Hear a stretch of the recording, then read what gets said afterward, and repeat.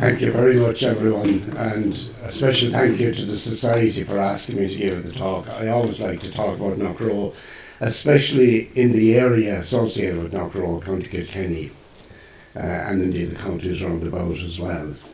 I note that there is a backup if the laptop might die in the middle of the thing, okay? And there's a backup laptop. As for myself, I'm not sure. Okay, so it's a backup. But there's a few people here who have heard me speak about Knockroe often enough. They could probably get up and continue the lecture, or certainly some of it. So now, I'm not good at working between a text and talking, you know. In fact, I'm never great at talking from a text anyway, so I'm just going to talk to the slides as best I can. If I forget something, hopefully we'll come back to it at some stage. I suppose I'm going to cover three main areas. I'm going to talk about, you know, some of you will have heard some of this before because I have to introduce it, some may not have heard of it. Just what are the main features of Knockroe as a structure, you know? And then, you know, what were the sort of discoveries made over the course of the excavations and so forth. And then what are the discoveries being made in the post-excavation laboratory work, which we don't actually often talk about. But, you know, we've got some interesting results there as well. And by the way, the more spectacular photographs here generally have been taken by Ken Williams, who's a good friend of mine and who does a lot of this work, including this aerial photograph of Knockroe. This is Knockroe. Many of you are familiar with this. This is the site as it is today, a nice grass-covered site with the large structural stones visible on it. It's located, as you can see, on the side of a valley which faces towards the sun, down towards the south and southwest. And it's located also beside a gorge or a canyon or a ravine that runs down here. It's quite close to it. It's within about 100 metres of it. And of course that ravine, as we know, is the I was going to say the barrier, it's the border between Kilkenny and Tipperary, okay? And also, as I say, between Leinster and Munster and between dioceses and so on. I've always considered that border to be very significant because it was also a border back in medieval times. And I suspect it may well have been a border even further back, and you wonder, is that why the passage tombs are here? Bearing in mind that the three great passage tombs in the Boyne Valley, Newgrange, Knowth and Knowth, are also on a ridge overlooking the Boyne River from one side as well. And again, in medieval times, that was also a border between, you know, between different kingdoms. So that's more or less it as it is today, conserved. And that's a long way from what it was like when I first visited the site in 1987. This photograph was taken by Eamon Cody, a Kilkenny man, around that time, maybe a year or so earlier. But this was it. You just saw wood, and at the edge of the wood you might be able to see one or two of the stones. You could see them. If you went into the wood, there was a pathway across it, and you could see, you know, you could see the Western Tomb, or what now we know as the Western Tomb, some of the stones associated with that. So there was a little bit to be seen, but a lot that you couldn't see at that time. And of course the first job was to get the timber cut down in order to look at it. But we'll come back to that. Today, the site is far better known. That time, it wasn't known. I mean, I can remember setting off with my maps to try and find a place, you know, and it was quite a job, and you eventually found it. Nowadays, it's much easier. It's still quite, you know, difficult to get at for people who don't know where they're going. But it's been very helpfully, you know, some signposting has been done in the locality by the Lingon Valley Tourist Group and so forth. But the site is very well known today because of the solstice, as you know. And this is Ken Williams' photograph of the rising sun on the 21st of December, you know, with the eastern tomb facing straight at it. And what's unique about Knockroe, of course, that evening on the 21st as well, and of course the days around it, I should say. It's not just the 21st, but the few days around it. The western tomb is also aligned onto the sun, this time the setting sun. And it's the only site I know that has this. There may be other sites somewhere out there, I've asked people if they know other sites, let me know. Nothing has come back, so it could be quite unique, you know. Certainly we don't have any in Ireland, and I don't know of any in Europe, but there may be something somewhere. This is the Western Tomb, again on the 21st of December. And this map by Frank Prendergast. Frank has done quite an amount of work on the alignment of passage tombs, not just in Ireland but elsewhere as well. And you can see that Knockroe is one of quite a number of tombs around the country that have this alignment phenomenon. The red dots indicate ones that have a solstice alignment, the winter solstice usually, and the most famous, of course, is Newgrange in the Boyne Valley. But there are other ones as well. There's one that we published, Frank and myself, with Geraldine Stout at Knockroe some years ago in Archaeology Ireland as well. But Knockroe is the only one that has this double alignment of two tombs in the one cairn, one aligned onto the rising sun, one aligned onto the setting sun at midwinter. And that took a bit of planning when you think of it back then in the Stone Age. Now, what initially drew people, I suppose, to pay particular attention to Knockroe in the archaeological world back in the late 80s was the fact that megalithic art could be seen on some of the stones. And in fact, it was the reason I was asked the first day to come and look at Knockroe by Dr. Sean O'Neill, who was at the time the director of the Megalithic Survey, which at that time was located in the Ordnance Survey offices in the Phoenix Park.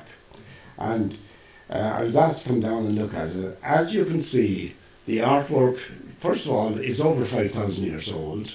Okay, it's on stone, but nevertheless, it has suffered badly over the 5,000 years, as you can see, on most of the stones.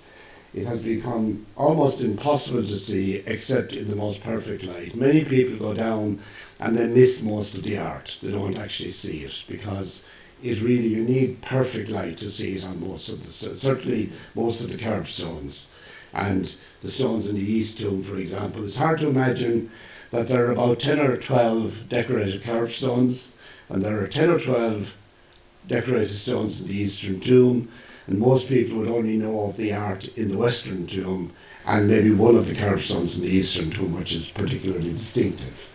The reason for this is that the stone on which the artwork is carved is laminated sandstone. In other words, it's made up of little platelets, layers. Sandstone gets laid down under the sea in layers. And these layers, it's laminated, and these little platelets tend to come off slowly, tiny platelets, under the influence of frost in particular. If the wet gets in, if the platelet rises slightly, wet gets in, frost comes, just breaks it off. And this is a process going on over 5,000 years.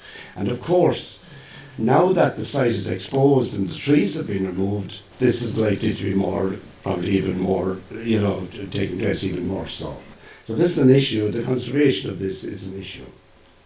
Where the artwork is, more visible, particularly in the Western Tomb, it's obvious that the art is classic passage tomb art, and that's what I was able to confirm the first day I came down.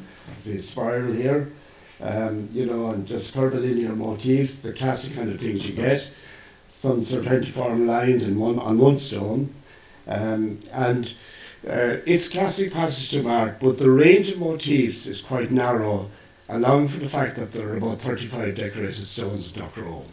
So the range is quite narrow. However, you have some stones then, a few stones, on which the artwork is extremely sophisticated. Like this stands comparison with the best you'd get in megalithic art anywhere in Europe. It's in terms of design. Imagine the painstaking work that's gone on here and the actual creativity of creating that particular design. It's an extraordinary piece of work. And notice the way it fits with the actual, configuration of the stone itself. It's not just randomly put on the stone. That's a very fine piece of artwork, that particular piece.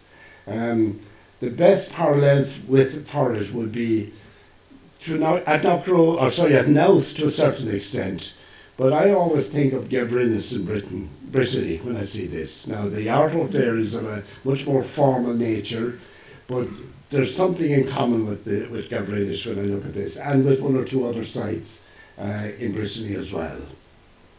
The question is, what were they at? You know, like, why go to so much trouble to punch all of these individual holes into the stone? Now, I would invite you to get a lump of sandstone and, using only stone, make just one of those holes. Okay?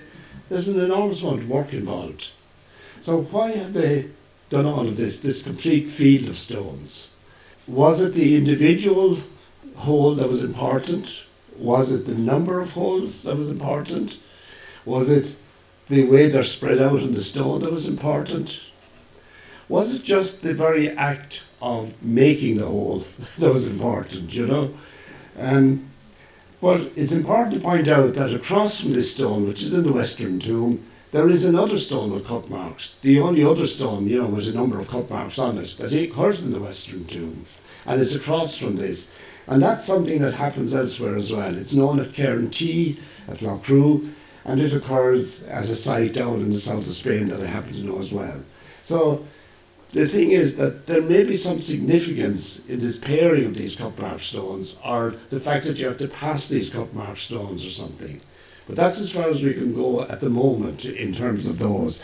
But of all the motifs in megalithic art, the cup mark is the one that is not just specific to megalithic art. It occurs everywhere, in rock art and in a whole lot of other types of artwork.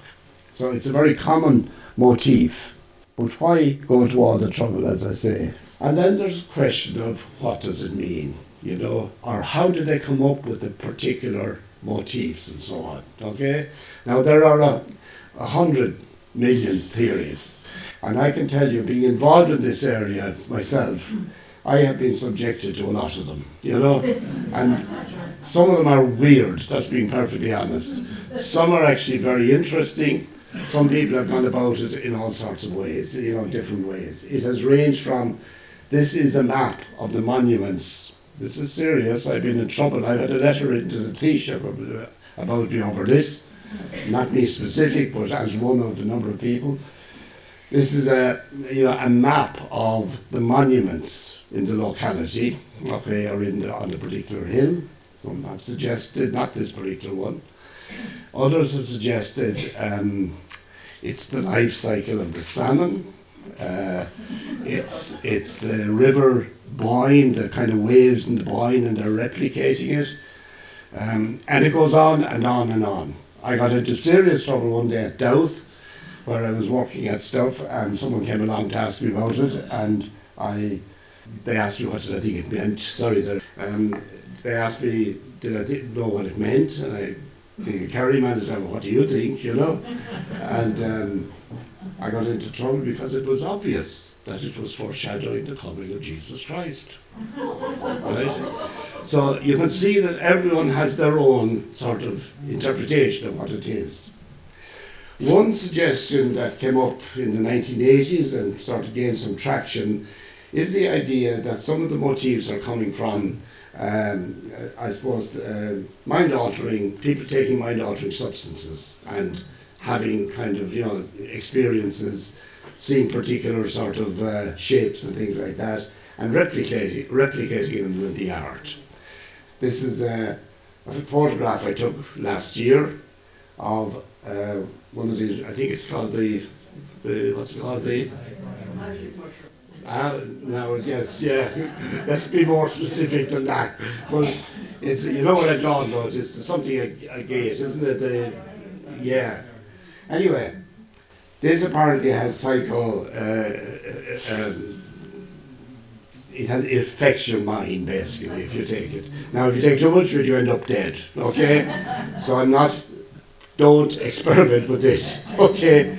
But this is one of the ones, and it's been used in Sweden, for example, for communicating with the other world, you know, for people, you know, shaman and things like that.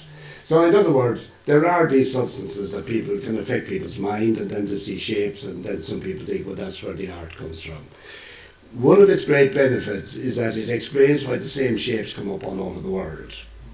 You see, that's not coming from any cultural experience as such, it's coming more from within the mind. However, it doesn't explain even a part of megalithic art. It explains some, but it could apply to some megalithic art, but a lot of megalithic art goes way beyond this. So it's just to throw out some thoughts, but I can't stay at it because this is about Knockroe, not about the art. The other feature, of course, about Knockroe is that you get these special stones around the entrance to the tombs. In this case, you can see the quartz is very obvious, siltstone there, and that's the entrance to the west tomb there. And we get this, it was at Knockroe that I first really became aware of, we knew there was quartz in use at Newrange and Knowth and so on, but it was really at Knockroe that I became aware there's something really special going on with the use of stone at these sites. I got a phone call one day from a man who was a geologist, and I've lost his name, so hopefully he'll see this on YouTube and maybe get in touch. He was from Brittany. He was working in Kilkenny with some prospecting company, presumably to do with the mines or something like that, up in maybe Castlecomer. I'm not really sure. But in any case, he asked me would I mind if he called in to see Knockroe, that he was interested in megalithic tombs from Brittany, where there are plenty of them. And I said, of course, delighted. And he told me he was a geologist, and I said, if you know something interesting in terms of the geology, would you please tell me, right? And he sent me this afterwards, this wonderful drawing where he showed that, he went around stone by stone and identified what the stones were. And of course, you immediately begin to see there's a pattern, okay? The ones all along here are green sandstone. The ones at the entrance, you see the facade of the western tomb, they're all quartzite. And again, there's quartzite at the entrance to the eastern tomb. You see that? They're putting these special stones in certain places. And up on the north side, there's a real kind of a mixture of stone. And then you have this fella here, which is a green sandstone, but unlike the ones near it, it's a coarse-grained one, whereas they're sort of a fine-grained one. And this coarse-grained one has two interesting features about it. One is that it's the one that carries that wonderful serpentiform design that some of you might be aware of from Knockroe, okay? So they've put a special design on a special stone. And the other interesting thing is that diametrically across the side from it, you have another one of these, which I can't see now. I think it's that one. You might be able to see it better than I can, okay? So you have an identical one there. And then you have this. So it was clear that there is some sort of a logic behind the placement of the stones. Of course, it has also come up during the same time that there is also a special placement of stones in the Boyne Valley. Particular types of stones are being assembled and used and gathered in the same places. And it's interesting that, for example, at Knowth, there's a standing stone in front of the western tomb and there's a standing stone in front of the eastern tomb. And both of those stones are a type of quartzite. Okay? A similar type of stone. So in other words, there is some meaning. So it's not just the art, but the actual stone carries meaning in its location in the landscape, or in the architecture, I should say. The big difference between Knockroe and the Boyne Valley is that at the Boyne Valley, they had to travel all over the countryside to assemble this stone. Some of it came from Dundalk Bay and Carlingford. Some of it came from the Wicklow Mountains, or maybe one or two of the islands off the coast, but they had to travel a long way to get them. Whereas at Knockroe, everything comes within within a few kilometres of the site itself. So a lot then depends on how you interpret that. What does that mean? Is it that Knockroe is the model that they are trying to replicate, but they're having a big job doing it? Or was the site, the location of Knockroe chosen because all this material is available locally, because they want to replicate what's going on in the Boyne Valley? So, take your pick. I'm sure being Kilkenny people, I know which one you'll go for. Okay. Now, the interesting thing is there's also a linkage between these special stones and their placement in the architecture and the megalithic art and its placement in the architecture. So, for example, as I pointed out, this is that special coarse-grained curbstone. amongst all the other ones. You see that? And that carries that lovely serpentiform design, a very full one, you know. In the western tomb then, which you can see there across from us, you can see that there is this one pink stone that's very different from the other stones. They're green, and it's pink standing in the middle of them. It's very tall, funny shape, and so much so that they had to put another stone on the other side of the tomb that was equally tall, but that is not part of the tomb. It actually stands outside the tomb, but it's obviously there as a kind of counterpoint for this one, for the roof stone, so that the roof stone would be flat when they put it up on it. So it's, they've gone to a lot of trouble to put this sandstone in here. And this is the only orthostat. All these standing stones are used, you know, to make the walls of the tomb, are known as orthostats. And they've gone to all this trouble to put in this one orthostat, which is the only orthostat in the tomb that's not decorated. It's interesting, you know. Not only that, but as you can see, it stands beside the siltstone at the entrance to the inner sanctum, the very end chamber of the tomb. Okay? And that's very interesting, and I suppose what gives you so much confidence in highlighting that is that at Knowth, in the western tomb at Knowth also, as you're going into the tomb, just as you reach the chamber, there is a siltstone. You see it there, you can see the siltstone. Well, you can partly see it, I blocked it out a bit by accident. There's the siltstone there, and just inside it is this extraordinary design there. And either here, someone foresaw the design they wanted to put on this and picked a very special stone for that design, or else the stone existed already and some extraordinary artist came up with a design that fitted the stone perfectly, one or the other. And either case is pretty significant, you know. But this is obviously another one of these special ones. So what do they stand for? What are they? These, you know, the suspicion you get is that they may be envisaged as some sort of a deity or a guardian or something like that, okay? You'd like if they'd come out and said it, you know, but they left it ambiguous, you know, they've teased us. But if you imagine someone going into one of these tombs in the dark with a torch on their own, and when I say a torch, a dancing flame, and they come across, you know, they know this is there, I'm not going to look, you know, sort of, in case, and so on. So there we are, that's the interesting thing. Now, here's the entrance to the western tomb, this lovely drawing by Peter O'Shea, an architect who worked with us for 1 or 2 seasons at Knockroe. This is the facade in front of the western tomb, and you can see it here in reality, so to speak. And this is the stone I want to focus on, this tall pillar to the left here, this one here, and here it is here. Okay? And the interesting thing about that is not only is it very tall, but it's kind of upside down if you're thinking sensibly. You know what I mean? If you wanted to stand that up, you wouldn't stand it on the pointy end. You'd stand it at the solid end down. So this is obviously a very deliberate. Now it has stood for 5,000 years, so they did a pretty good job, as you can imagine. But they for some reason wanted to have that stone there. And it has been found then since that it actually is decorated. As I often point out, for years I was going around highlighting the fact that none of these quartzite stones were decorated. And then Ken Williams came along with his photographic magic, and he has found decoration on 2 of them, and we have found decoration on another one of them ourselves since. So there's at least 3 of them that are decorated, including this pillar. And the question is that pillar again envisaged as an icon of some sort? Is it a person or something of that nature, or a deity, or an ancestor, something like that? But it's obviously special, okay? So genuflect to that the next time you're passing it. Anyway, all of that that's the structural side, so to speak. That's Knockroe as you see it.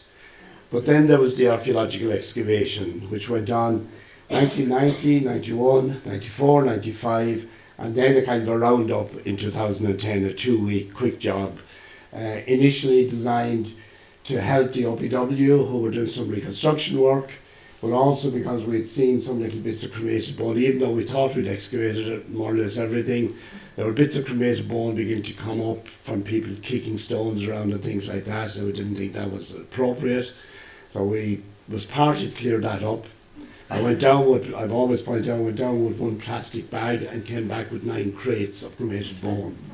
So it turned out there was a huge amount of cremated bone still in the Western Tomb, even though we'd taken a lot out in the, already in 1995. So this is the excavation in progress in 1991, Michael Herity's photograph, and the grey areas are the areas we excavated. Now, again here on the left, this is the West Tomb as reconstructed, so to speak, you know. First of all, yeah, this is more or less as it is today, if you look at here. And you see the soil is packed up more or less to the top of the sill stones. Now this is a sort of an effort to make sure people don't kill themselves, because people are always leaning on the stones and going into the tomb and dragging their way into the tomb and dragging their way out. And my terror is, of course, that one of these stones falls on someone, you know. And the OPW, they packed in this soil as a way to try to consolidate it as best they could. But even last Christmas, or last the 21st of December, I noticed that this stone is still a little bit, you know, you'd have to be careful with it. So that soil is there for that reason, really, to protect it. But the reality is, when we excavated, this is what we found. This is the floor of the real floor of the tomb. So there's the sill stones, okay? And you can see that they paved the tomb. They paved the floor of the tomb. So you can imagine now that we had excavated down as far as these here. We couldn't get into here so much because there was a danger of orthostats collapsing until the OPW were there on site with us to kind of support them in different ways. So this happened in 2010. We found a lot more material here. But even in these two, we found a huge amount of cremated bone and everything in the little gaps between the floor stones and the orthostats, etc. So we came up with an awful lot more material. Now, in the Eastern Tomb, there was no paving. You know, the material was lying directly on the soil, on the platform, basically. So that's an important point. As it was, by the way, at Knowth. You've no paving at Knowth or Newgrange either. Okay, you do get it in certain sites, and Knockroe is one of them. The Western Tomb at Knockroe, you get this paving, where you have a kind of a slab at the bottom. Here you just have the soil, as you can see. Now again, the Eastern Tomb is quite a complex tomb. This is the entrance here, S1. You go into a kind of a little antechamber, if you want to call it that, and then you're into the kind of crossing where you have a recess to the right and a recess to the left, or one to the north, one to the south, and then you go into the kind of the end of the chamber, or the main chamber in there, and then there's this curious little thing here on the side, little annex, or a little sort of cyst, you know what I mean, very small, with kind of lower sized stones, and it proved to be completely empty. There was nothing in it. But there was some material here in the gap between the two, you know, outside. So we don't know what was going on there particularly either. Now, we'll talk about what came up in that excavation. Basically, lots of cremated bone, human bone, in both tombs. Very small amount of unburned bone, maybe at most 1% of the bone was unburned, probably a lot less. Most of it was cremated. In all, there were about 400 kilograms 200 kilograms, about 400 pounds. I'm trying to get my figures right here in my head, I've just got slightly confused, but basically it comes out at just under 1/4 of a ton of cremated bone, okay, which is an enormous amount.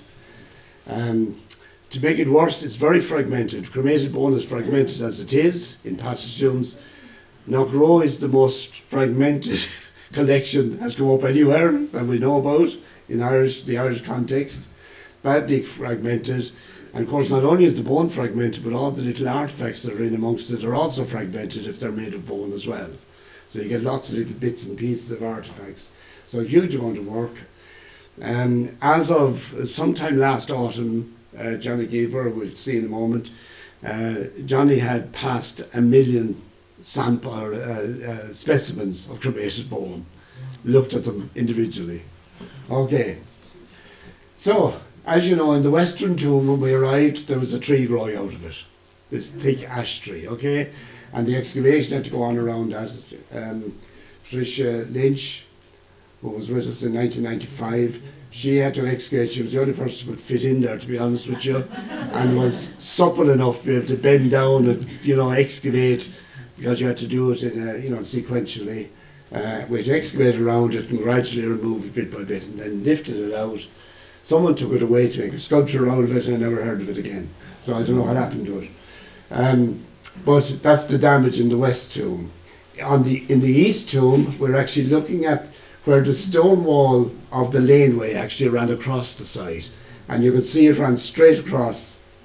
See that? It ran across the chamber of the East tomb. Okay? And you can imagine the kind of work that went on here to get a structure that was strong enough to build a stone wall on top of it. Yeah. And you can imagine the little bit of poking around that went on as well while they were at it, So a bit of damage there, as you can imagine. This happened sometime maybe 300 years ago or something like that. And then up in the northwest corner, you had this very curious thing that the curb came to a corner, which is interesting, a little stone wall corner.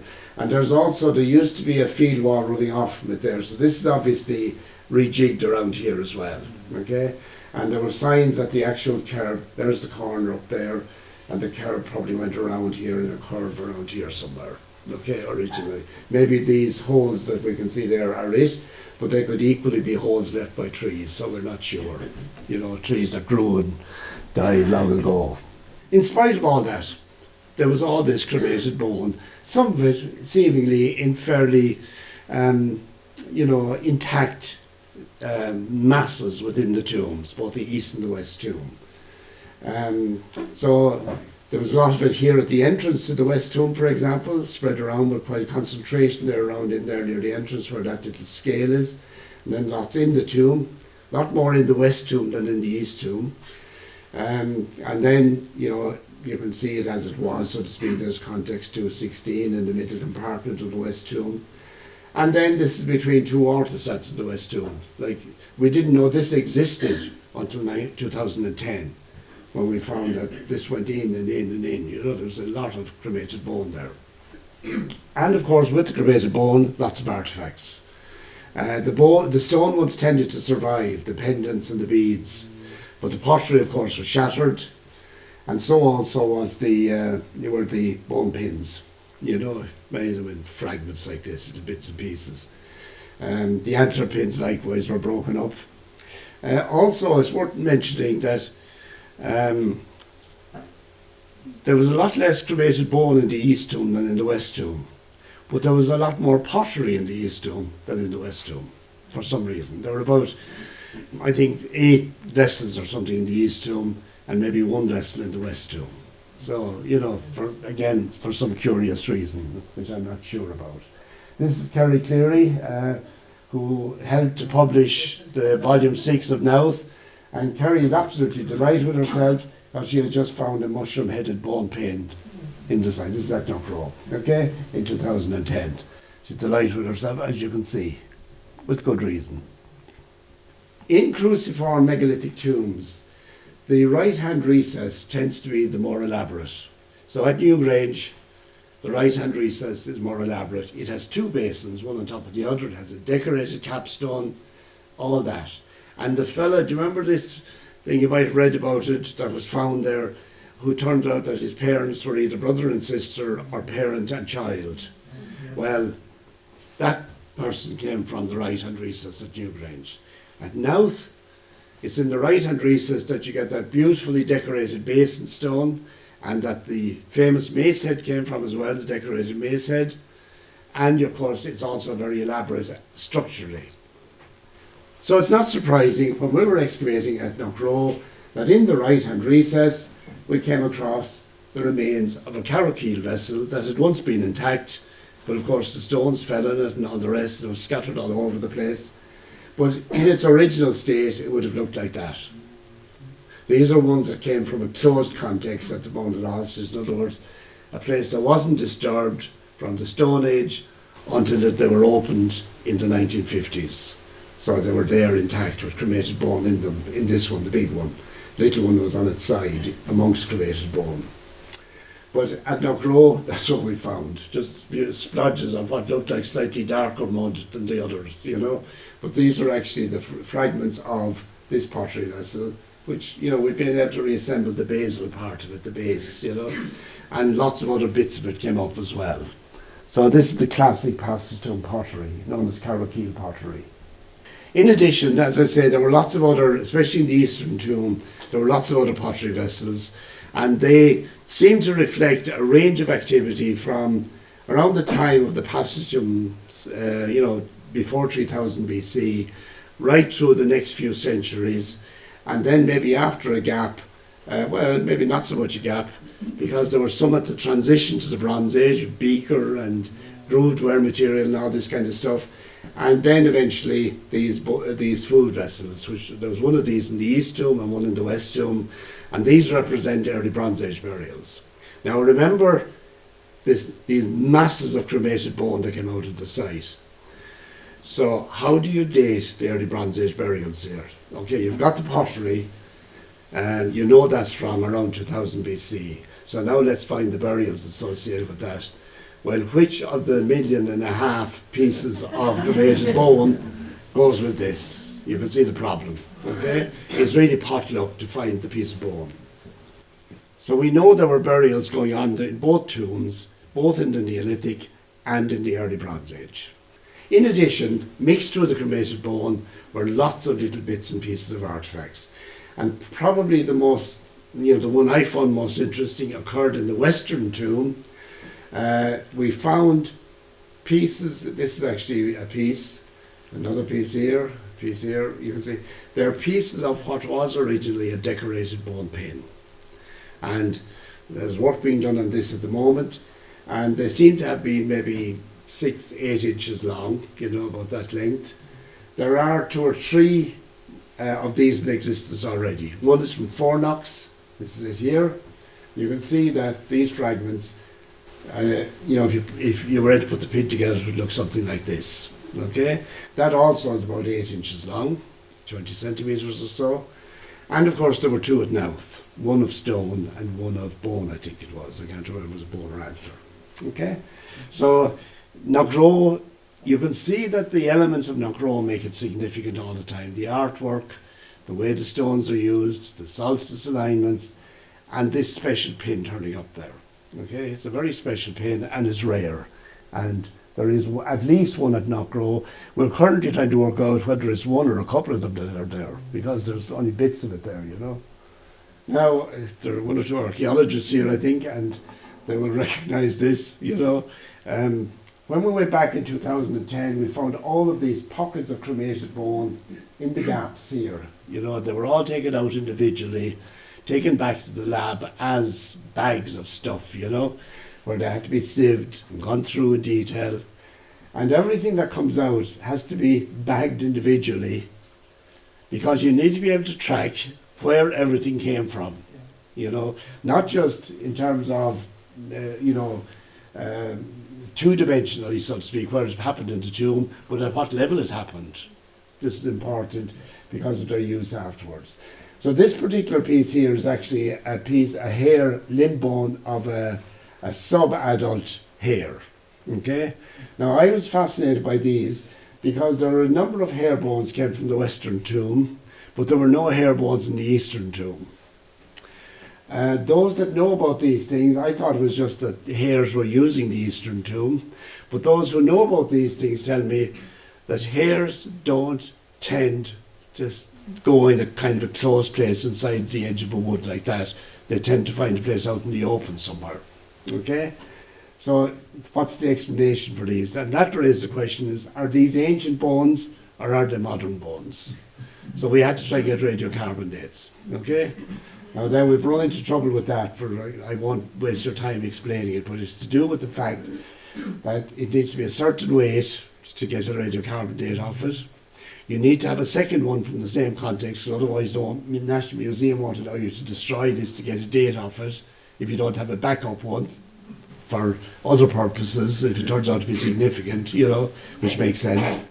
So we're actually snookered. We can't get a radiocarbon date on these. So we don't know whether they're modern or ancient, but they're there. And someone else will have to make a decision about them sometime. Now all of this material then goes back to the lab in UCD and, you know, is in boxes. These are all individual crates of cremated bone, and Dr. Johnny Gilbert is working his way through them. Okay, we'll talk about that in a minute. And everything in the lab, this has been going on and off in different ways over the past 30 years in different labs in UCD, okay? Trying to make sense of this.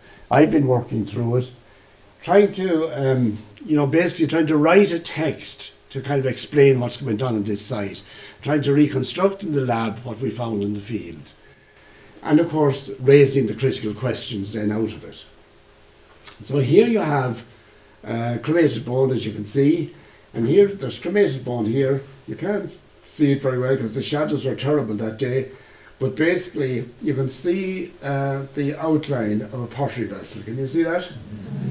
That's the food vessel. That's a food vessel. It's a Bronze Age vessel, and it's sitting inside in the western tomb in the middle compartment amongst the cremated bone.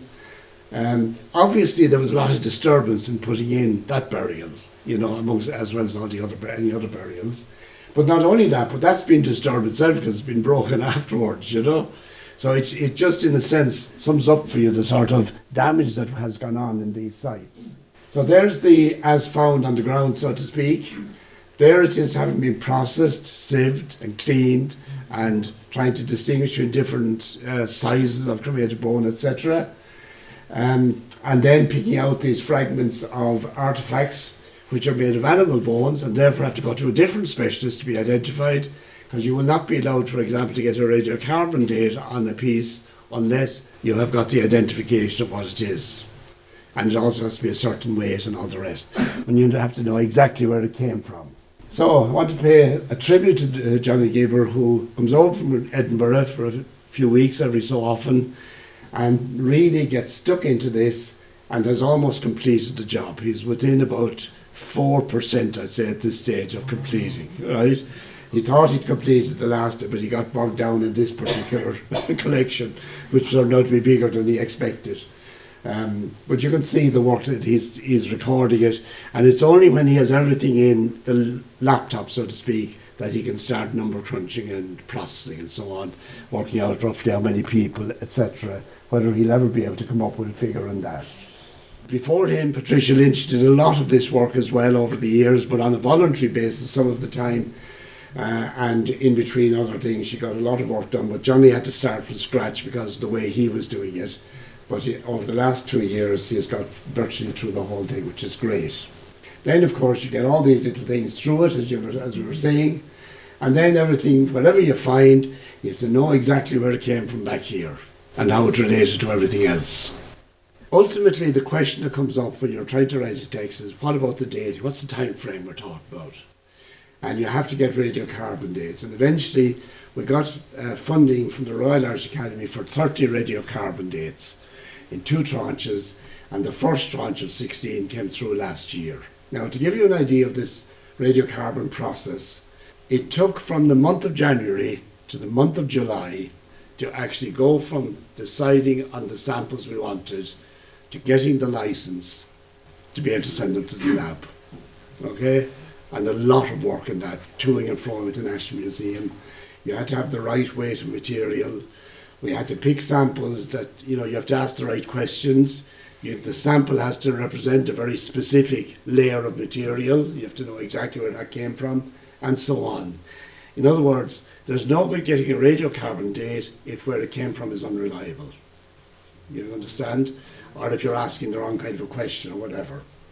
Now, to give you an example here are a couple of the pieces that have been picked out for radiocarbon date, and you see there just that little piece of writing there on the bag.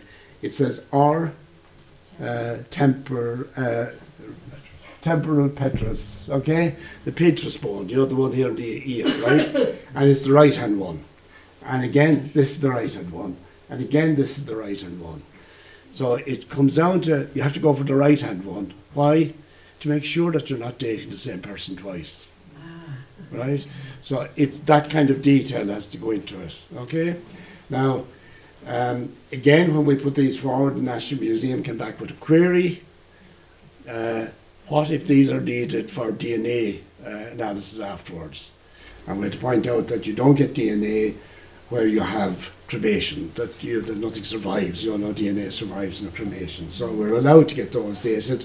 But it goes into all that sort of detail. I'm sorry for being a bit boring, but I'm trying to give you a sense of this is not a simple process, It's quite a detailed process. And you can see the one by one they're being found. Then we find it's not heavy enough, or we need to go back and check with the animal bone specialist of what exactly is this and so forth, okay? Has it been burned, for example? Is it worked? Is there any sign of polishing or anything like that on it? And then eventually we arrive with our 16 samples, watertight, and then the process with the museum. And that is difficult in itself as well, because the museum has to be careful too. So, for example, we had a fragment of an unburnt skull, the only piece of unburnt bone, and it was 10 grams in weight. The museum said, you can't send 10 grams, you can only send 3 grams. So you have to get 3 grams removed off this, okay? But you can't do it yourself. You have to get the osteoarchaeologist to do it, who was in Edinburgh, right? We can't get but we've got people in UCD who can do it. This is what they're doing all the time. Can't be done. Has to come into the museum, and their specialists will remove it and all that. And so everything gets, detailed like that. And I suppose it gives you great security that everyone's doing their job, so to speak. But eventually, we got 16 samples away to Queen's University in Belfast, and we had to have our report in by a certain date in October, and about 10 days beforehand, with a great sigh of relief, this arrived back. That's all that work. It's just that, okay? And it is the results of the radiocarbon dating, okay? It's a table like this. Now, don't worry that you can't see the detail. I'm going to show a few things. But basically, the point is that each date has its own unique number, a lab number from Queen's. Is that okay? Of course, we also had to have a date on it, so to make sure we knew which piece we're talking about. We had to have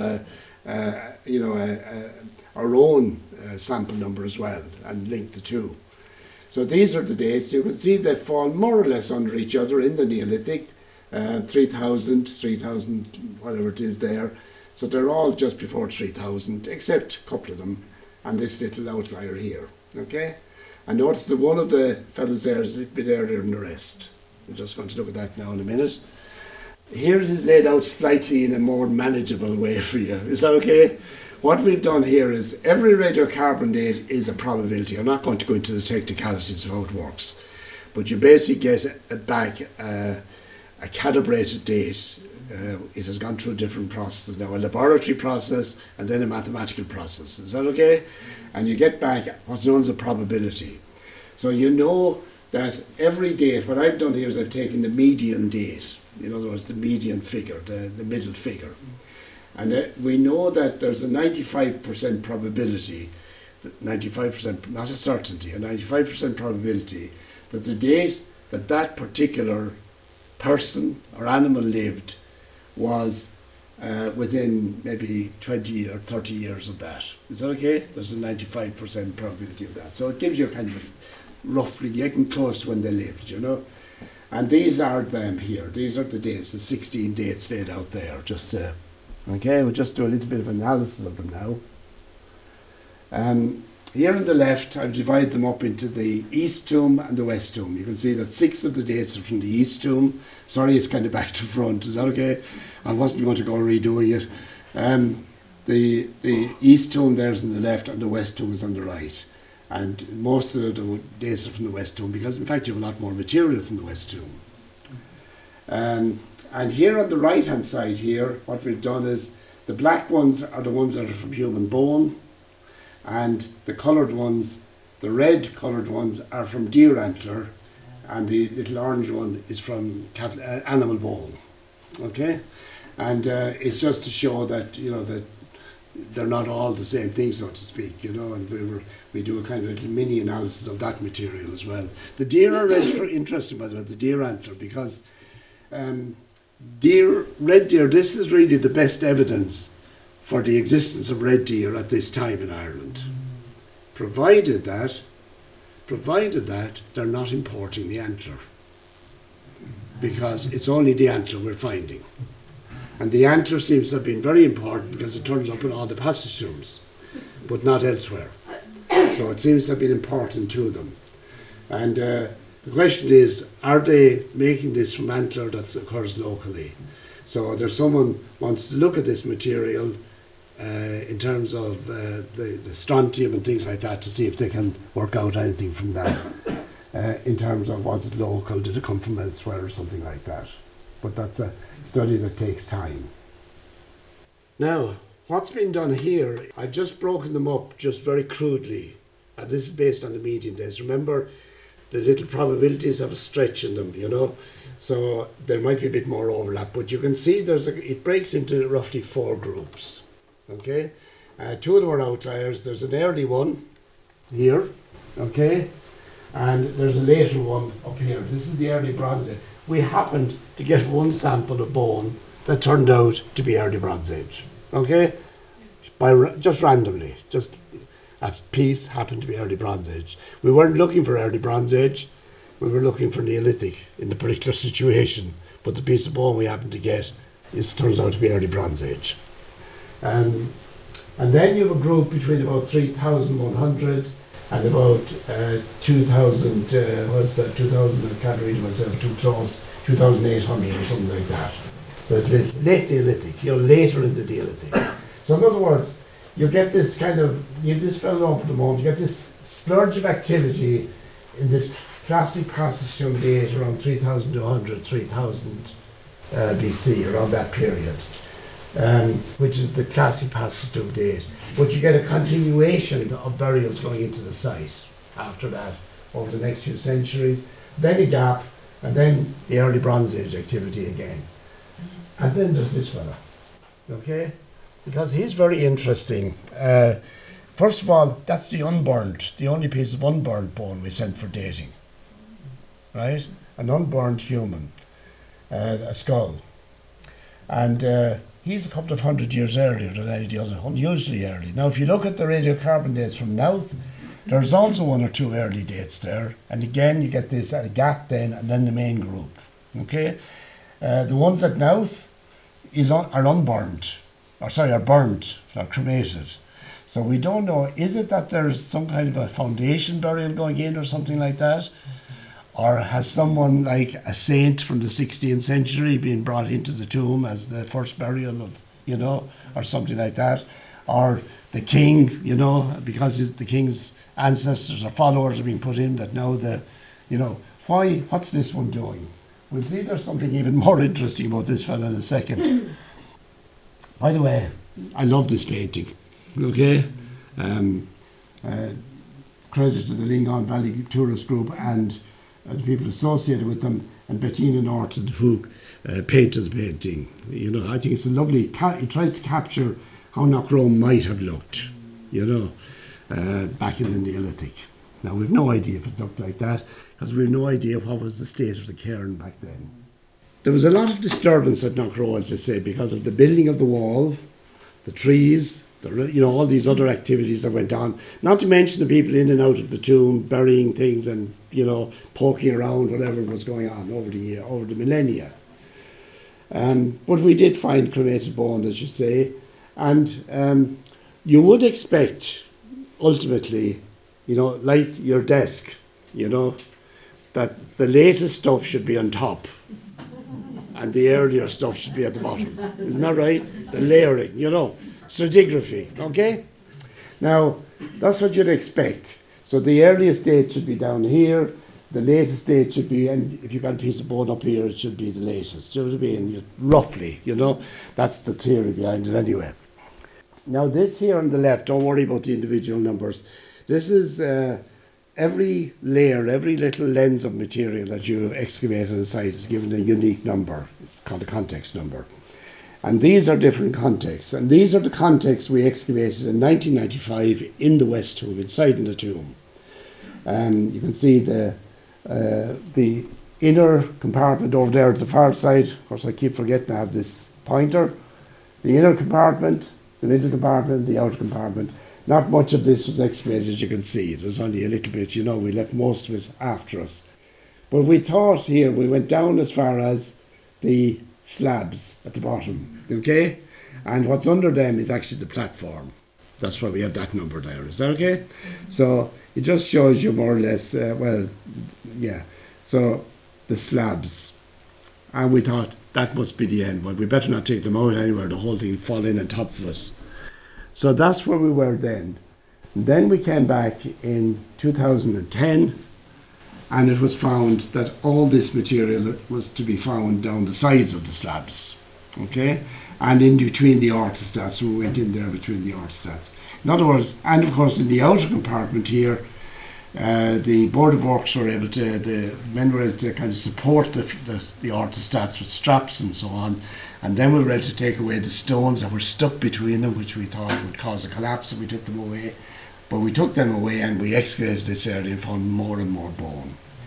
So you would expect that what we were finding down here should be the earliest dates, because they're down, right down, you know, very well insulated down there. And what we're finding up in the top there should be the latest dates. Okay? That's the theory. The reality was that when we took a number of dates from this here, and they were all consistent, as were the dates from those ones in between the slabs and so on down at the bottom. They were all fine. They were classic passage tomb dates. But remember that the idea is to try to get a full profile of the date of the site. So we took samples and we thought that's too mixed up there. So we took material from here and dated it, okay? And we took material from here and dated it, and material from down here and dated it. And they were fine. And then this should have been the later date, okay? This turned out to be that piece of human skull that was unburned and was the earliest date of the site. So where does that leave us? Okay? That was found in here, in this middle compartment. And of course the tree had been in here, and when we took away the tree, there was basically nothing under it on the slab, but there were formations around, in between, and they were the normal dates. So is this piece of skull to be explained as something that had been thrown out of here at some stage? That maybe it was an unburned skeleton that was there. But the trouble is, if it was an unburned skeleton, where's the rest of them? So we have that. In other words, the radiocarbon dates raise as many questions as they answer, okay? And that's part of it. So fortunately, we didn't send all our dates away together. We sent 16 away, and now we're sending 14 away this year. And we're going to try to pick up the pieces there, you see, to address the issues that have come out of the first set. We won't be able to address them all, and no doubt they'll cause more trouble. Now, moving forward, whatever the case may be, we know now then at Knockroe that you had activity from about 3,440, I think it was BC, 350 BC, which is quite early by passage tomb standards. Is that okay? A couple of hundred years early. Going through with a main phase of activity around 3,200 BC, and then a kind of a dribble on through the centuries after 3,000 BC, and then a gap of maybe about 500 or 600 years, maybe more, and then you had the early Bronze Age burials in both tombs, right? So people coming back. Now these early Bronze Age people are coming back around 2000 BC. This is about 1400 years after the first burial went into that tomb, or after the tomb was built. It's as much as asking us, what do we have in common with Adam Nahan, who wrote about St. Patrick? Okay? It's that far back, you know what I mean? And they didn't have the benefit of writing. So really, what did the people at the start mean to the people at the end is anyone's business. Nevertheless, that was it.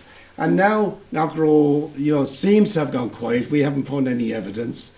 But there is one little piece of evidence that came up at the entrance to the West Tomb, a tiny blue glass bead. And this is from the Iron Age. What we would call the Celts. We want to, for shorthand, although that's a very problematic term. this is from the Iron Age. This shows that there was activity. Now, Iron Age burials are often found at passage tombs, again with these glass beads. Again, the question is, which piece of bone from Knockroe could be the Iron Age piece of bone, if it exists? Or was this just someone that happened to be there and dropped a bead or something like that? But nevertheless, it highlights the fact that someone was at the entrance to the Western tomb during the Iron Age. Okay? So that's that little piece of evidence, so to speak. Now, in a sense, when that was found, not much was... I actually forgot about this over the years. Remember at the time it was found, it kind of came back to me afterwards. The question was it a piece of rosary beads, or was it something else? You know what I mean? And what was it? But since we've had it looked at properly, it was kind of rediscovered. We've gone through everything painstakingly over recent years, and it turns out to be Iron Age, handmade. Now, the question then is, the interesting thing is that what's the explanation for it? Okay? Well, we don't know whether this is linked or not, but about 20 metres from the Western tomb, down here in the field, just outside, a little bit outside the kind of enclosure there, in 2010, we did an excavation because a geophysical survey had shown up an anomaly. And the anomaly that was in the geophysical survey was a phantom. It didn't appear when we excavated. But, as always happens, we found something else, right? Under the ploughed soil, there was paving, just about 20 metres from the site. And the question is, we didn't find much material with this. We found little spits of what looked like the stuff that comes out of furnaces when metal is, molten metal goes flying, you know. And we also found a little bit of what looked like something that might be Iron Age or early medieval. So the question is this paving linked with it? Now, we could only open a small cutting, so we don't know what else might be there, you know. So it's quite possible that there may have been an Iron Age presence close by, but this could be early medieval as well, or later medieval indeed. We just didn't get clarity on that. On the eastern side, just north of the East Tomb, this is looking down at it in 1991 at an early stage of the excavation. And you can see it was Susan Hogan Conrad from America was excavating here, and Susan came on a sort of a cobbling here, okay? And then the cairn rose up. And it was very noticeable that here you have the curbstone south of the laneway. This is just at the east tomb. You have one curbstone there, then another curbstone, and then there was nothing. You see that? And there was cobbling at a lower level with the cairn kind of sitting over, and that's the stone wall running across there. So forget that. That's the laneway from, maybe the 17th or 18th century.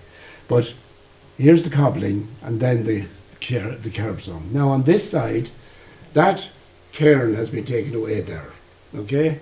And you see what we've found. There's that curb there. See it?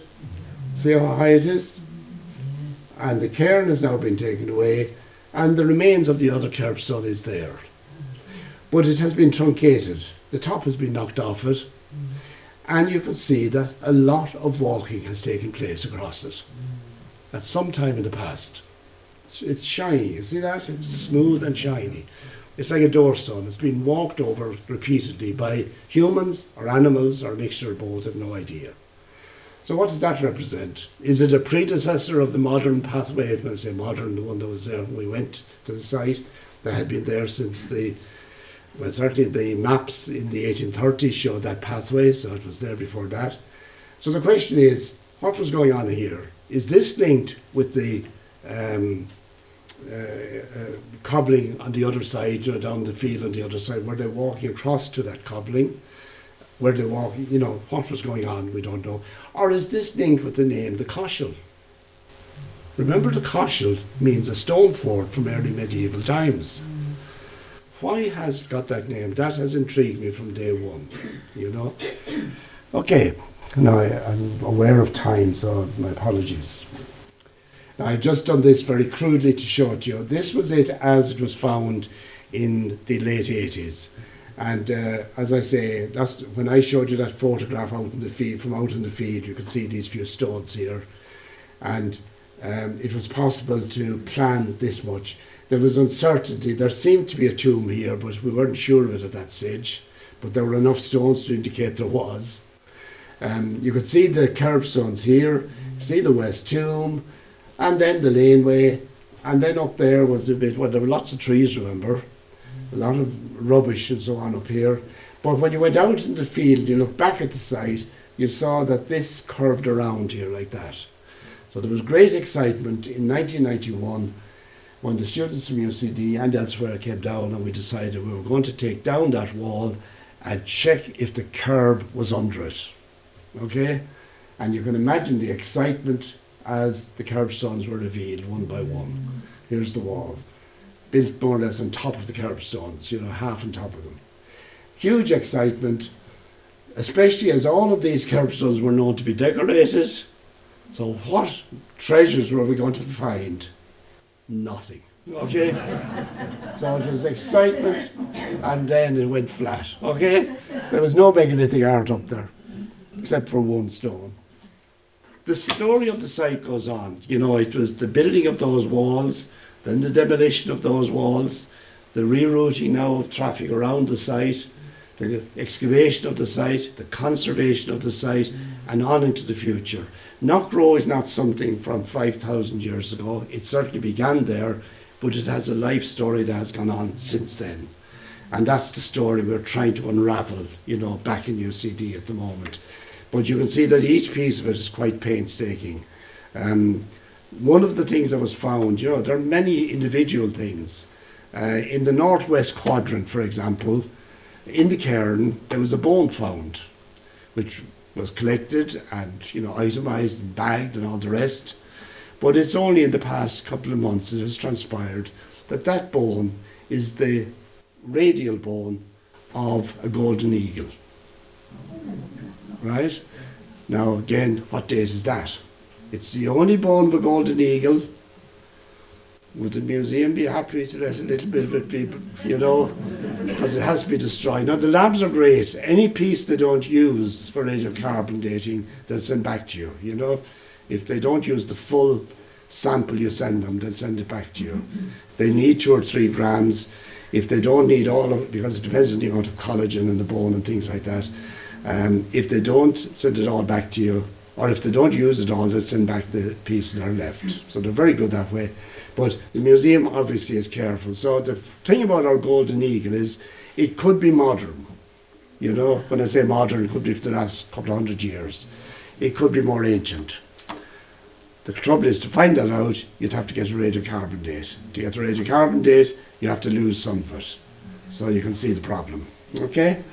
I am grateful. I'm not going to itemise them here. They're written up there. There are so many people that I'm grateful to for over the years for funding the Royal Irish Academy, including for these radiocarbon dates and for, you know, various other things as well back along. The Office of Public Works, UCD School of Archaeology, which has provided facilities all this time. Long after I've retired, by the way, supposedly. Is that okay? We're still working in the lab. The National Monument Service, the Passage to People project, with whom Johnny Gaber is associated, and you know that's a sort of a linkage we have. The Tullahocht Historical Society and the Lingon Valley Tourism, the families and others all around that area around Knockroe, to whom we owe so much. I couldn't begin to say thanks. All who participated in Knockroe excavation. There's someone wants to take a photograph of everyone who worked at the excavation. Good luck with that project. It's easier, I suspect, to get Knockroe published than to find everyone. There have been so many. All who helped with the post-excavation process, so many UCD students over the years. SIAC and the Kilkenny Archaeological Society. This is not the first time to address the society, and the society has been down at the site more than once as well.